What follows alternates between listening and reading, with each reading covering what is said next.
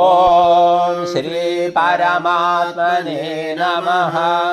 अथ षोडशोऽध्यायः दैवासुर सम्पद्विभागयोगः।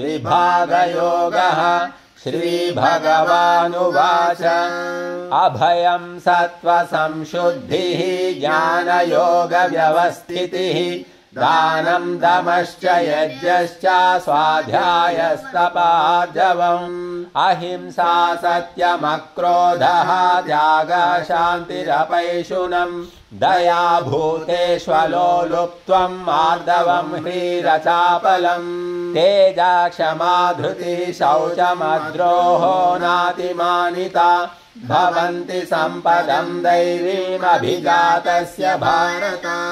दम्भो दर्पोऽभिमानश्च क्रोधः पारुष्यमेव च अज्ञानं चाभिजातस्य पार्थसम्पदमासुरीम् दैवी सम्पद्विमोक्षाय निबन्धायासुरीमता माशु च सम्पदं दैवीमभिजातोऽसि पाण्डव।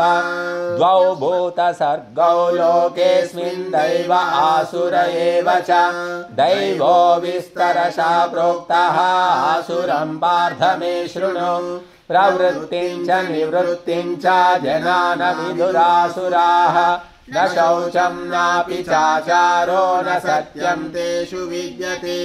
असत्यमप्रतिष्ठं ते जगदाहुरनीश्वरम् अपरस्पर सम्भूतं किमन्यत् कामहैतुकम्। एतां दृष्टिमवष्टभ्य नष्टात्मानोऽल्पबुद्धयः प्रभवन्त्युग्रकर्माणः क्षयाय जगतो हिताः। काममाश्रित्य दुष्पूरं दम्भमानमदान्विताः मोहाद् गृहीत्वा सद्ग्राहान् प्रवर्तन्ते शुचिव्रताः। चिन्तामपरिमेयाञ्च प्रलयान्तामुपाश्रिताः कामोपभोगपरमाः एतावदिति निश्चिताः। आशापाशशतैर्बद्धाः कामक्रोधपरायणाः ईहन्ते कामभोगार्थम् अन्यायेनार्थसञ्चयान्। इदमद्य मया लब्धम् इमं प्राप्स्ये मनोरथम् इदमस्तीदमपि मे भविष्यति पुनर्धनम्। असौ मया हतः शत्रुः हनिष्ये चापरानपि ईश्वरोऽहमहं भोगी सिद्धोऽहं बलवान् सुखी। आढ्योऽभिजनवानस्मि कोऽन्योऽस्ति सदृशो मया यक्ष्ये दास्यामि मोदिष्य इत्यज्ञानविमोहिताः।